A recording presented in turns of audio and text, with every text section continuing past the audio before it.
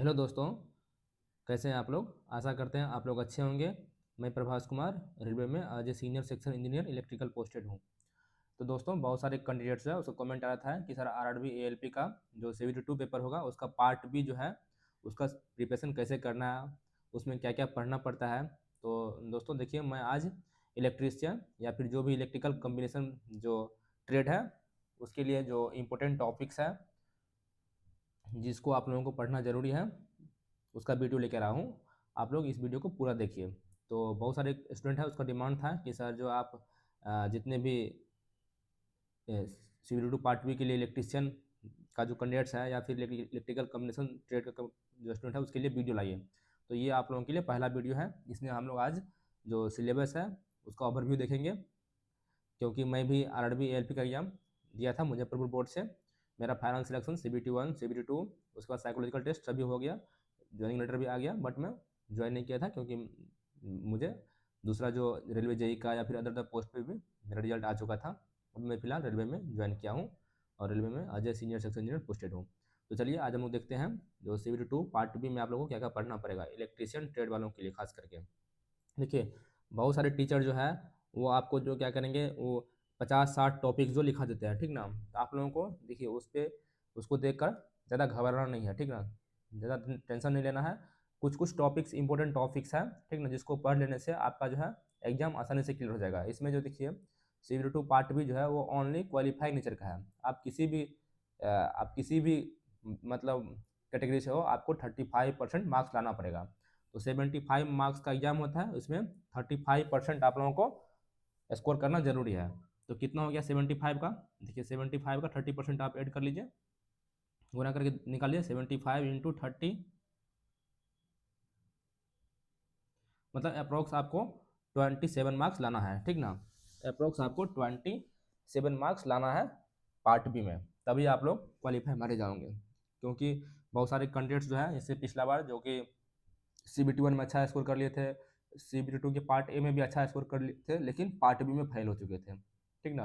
जब तक आप पार्ट बी में पास नहीं होएगा तब तक जो आप क्वालिफाई नहीं माना जाएगा, ठीक ना। तो इसीलिए इलेक्ट्रीशियन वालों आप ध्यान दीजिए, ये इंपॉर्टेंट टॉपिक्स है वो आप लोगों को देखना है। तो देखिए, पहले हम लोग बात करते हैं। देखिए ये सिलेबस जो है, जब रेलवे के जो नोटिफिकेशन है उसमें आप जाइएगा तो उसमें लिखा रहेगा कि आप डायरेक्टर जनरल ऑफ ट्रेनिंग जो है DGT उसको फॉलो कर सकते हैं, ठीक ना।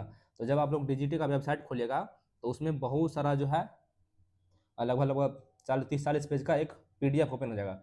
उसमें आप लोगों को सिलेबस ढूंढना मुश्किल हो जाएगा, ठीक ना। तो इसीलिए मैं उसको भी देखकर और उसको देखकर एक शॉर्ट टाइप का सिलेबस तैयार किया हूँ। देखिए आप लोग इसको ध्यान से देखिए। देखिए पहला टॉपिक आप लोगों को जो है, पहला टॉपिक देखिए आप लोगों के लिए वो है बेसिक इलेक्ट्रिसिटी, ठीक ना।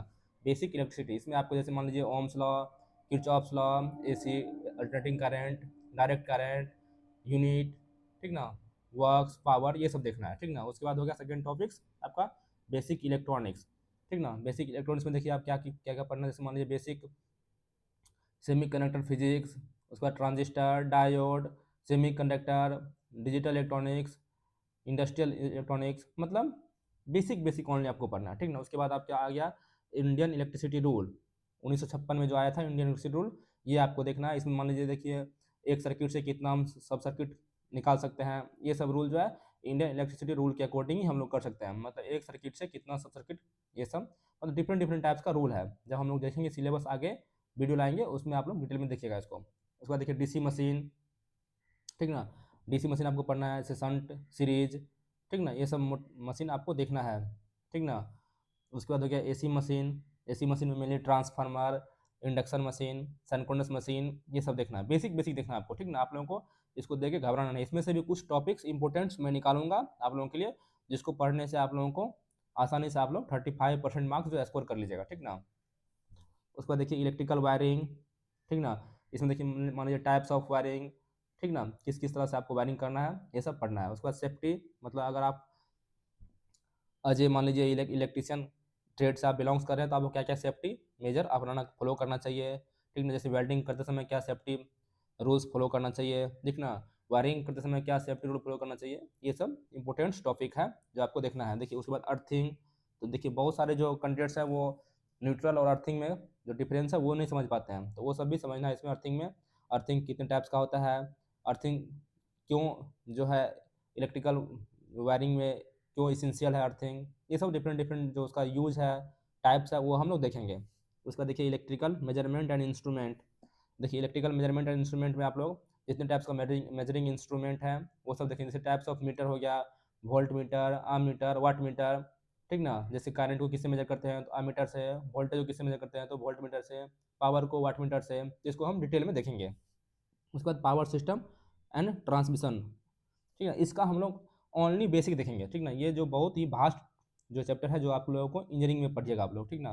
तो ये जो है आप लोग ओनली बेसिक देखना है पावर सिस्टम में, ठीक ना। बेसिक बेसिक जैसे जनरेशन, पावर का जनरेशन कैसे होता है, उसका डिस्ट्रीब्यूशन कैसे होता है, प्राइमरी डिस्ट्रीब्यूशन क्या है, सेकेंडरी डिस्ट्रीब्यूशन क्या है, ट्रांसमिशन है तो ट्रांसमिशन में प्राइमरी ट्रांसमिशन क्या होता है, सेकेंडरी ट्रांसमिशन क्या होता है, ये सब हम लोग डिटेल में देखेंगे। ओनली बेसिक नॉलेज लेना है आपको, ठीक ना। ज़्यादा घबराना नहीं है। टीचर्स लोग जो क्या करते हैं पूरा का पूरा एक 50-60 पेज का, देखिए 50-60 पेज का सिलेबस निकाल के दिखाएंगे आपको कि इतना बड़ा टॉपिक्स है, इसके लिए आपको क्लास लेना पड़ेगा, ये लेना पड़ेगा, ठीक ना। तो आप लोगों को घबराना नहीं है। अगर आप लोग सपोर्ट कीजिएगा मुझे तो मैं आप लोगों के लिए जो एएलपी का जो CB2 का पार्ट भी जो है, जो कि इलेक्ट्रीशियन वालों के लिए या फिर इलेक्ट्रिकल कॉम्बिनेशन, जैसे इलेक्ट्रीशियन हो गया, वायरमैन हो गया, ये सब इलेक्ट्रिकल कॉम्बिनेशन जो ट्रेड है उसी में आते हैं, तो उसके लिए मैं डिटेल में बताऊंगा आप लोगों को वीडियो बना के। आप लोग अगर मान लीजिए मैं लगभग 15-20 वीडियो में पूरा का पूरा सिलेबस कवर कर दूंगा आपको, ठीक ना, अगर आप लोग सपोर्ट कीजिएगा तो। ऐसा नहीं कि 2-4 कैंडिडेट्स हैं तो मैं वीडियो लाऊंगा। अगर आप लोग कम से कम 25-30 कैंडिडेट्स जो है वो सपोर्ट कीजिएगा तो मैं, तो कमेंट कीजिएगा या डिमांड कीजिएगा तो मैं वीडियो लाऊंगा, ठीक ना। 10 नंबर जो है हो गया power system and transmission only basic, ठीक ना। उसके बाद देखिए नेक्स्ट देखिए आप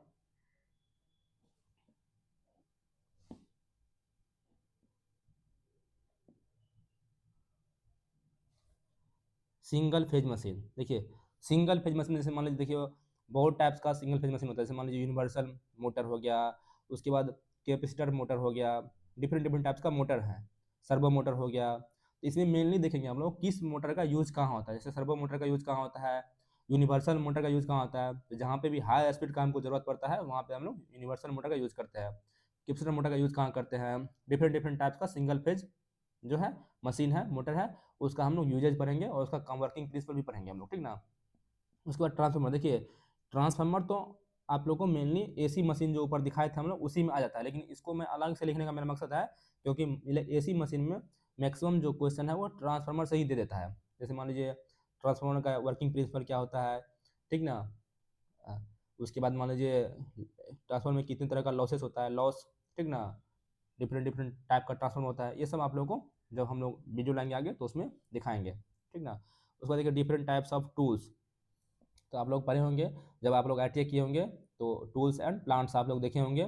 डिफरेंट डिफरेंट टाइप्स का टूल्स होता है, ठीक ना। जैसे मान लीजिए testing tools, power tools, hand tools, ठीक ना। डिफरेंट डिफरेंट टाइप्स का जो टूल्स होता है जिसका आप लोग यूज़ करते हैं जब आप लोग इलेक्ट्रिशियन ट्रेड या फिर फिटर या फिर जो भी ट्रेड से आप लोग हो, वायरमैन, जब आप लोग उससे ITI कर रहे होंगे तो सालों आप लोग बहुत बहुत टाइप्स का डिफरेंट डिफरेंट टाइप्स का टूल्स देखे होंगे, तो उसी का डिफरेंट डिफरेंट टाइप्स का आइडिया लेंगे ओनली, किस टाइप का टूल्स का यूज़ कहाँ होता है, ठीक है, ये सब हम देखेंगे। उसका देखिए अगला है 14 नंबर्स, वो है स्विच गियर एंड प्रोटेक्शन।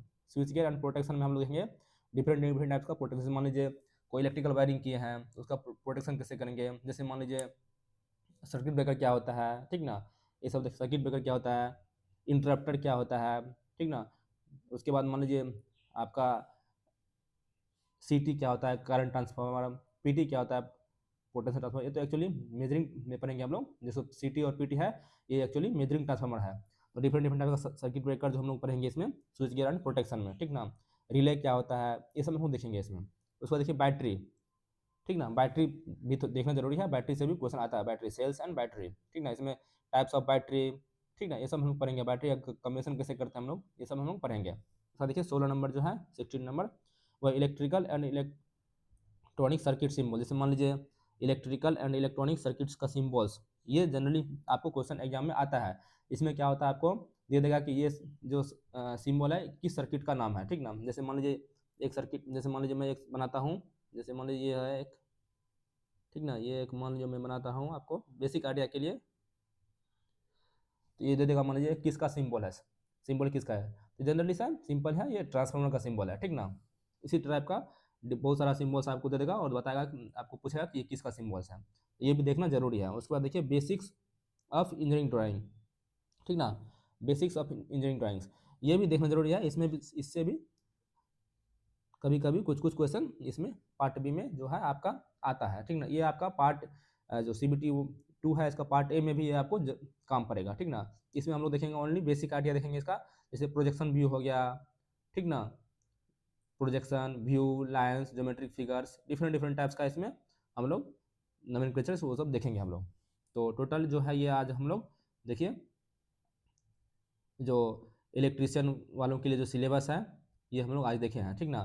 जो बहुत सारे जो कैंडिडेट्स हैं, जो लाइव आता हूँ मैं, लाइव में भी मैं पर डे शाम में लाइव आता हूँ उस, तो उसमें लाइव में भी बहुत सारे कैंडिडेट्स जो LP से रिलेटेड कैंडिडेट्स है वो कमेंट करते हैं कि सर आप अगर बताइएगा मुझे पार्ट बी का, तो आप लोग हमको पता है कि अच्छे तरीके से आप बताइएगा। तो बहुत सारे कैंडिडेट डिमांड कर रहे थे, तो इसलिए सोचा चलो आज एक पहले जो सिलेबस का ओवरव्यू देखते हैं, तो आप लोगों को इसी के अकॉर्डिंग आप लोगों को प्रिपरेशन करना है, ठीक ना। इसमें से भी मैं जब अगला वीडियो लाऊंगा तो इसमें से भी मैं बताऊंगा आप लोगों को कि कौन कौन सा टॉपिक इंपॉर्टेंट है, ठीक है। इसमें से भी ऐसा नहीं कि जो मैं बताऊँ 17 टॉपिक 17 पढ़ना है आपको, इसमें से भी बहुत सारा कुछ कुछ जो टॉपिक्स है वो इंपॉर्टेंट्स है, जिससे क्वेश्चन मैक्सिमम क्वेश्चन आता है, तो वो मैं बताऊंगा बाद में, ठीक ना।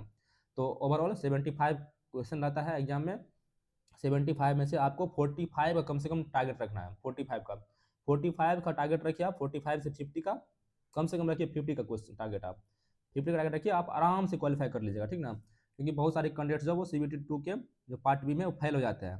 तो ये वीडियो आप लोगों के लिए ही है, आप लोग इसको देखिए और आप लोग कमेंट कीजिए, ठीक ना। अगर आप लोग कमेंट कीजिएगा, डिमांड कीजिएगा, तो मैं इलेक्ट्रीशियन वाले कैंडिडेट्स के लिए, इलेक्ट्रीशियन या फिर जो भी इलेक्ट्रिकल कम्युनिकेशन से रिलेट करते हैं उसके लिए मैं नेक्स्ट वीडियो लाऊंगा, ठीक ना। तो चलिए वीडियो को आप लोग लाइक कीजिए, दोस्तों के साथ शेयर कीजिए, ताकि मैं आप लोगों के लिए इलेक्ट्रीशियन या फिर इलेक्ट्रिकल कम्युनिकेशन ट्रेड्स वाले के लिए अगला वीडियो लाऊंगा। चलिए तब तक के लिए बाय।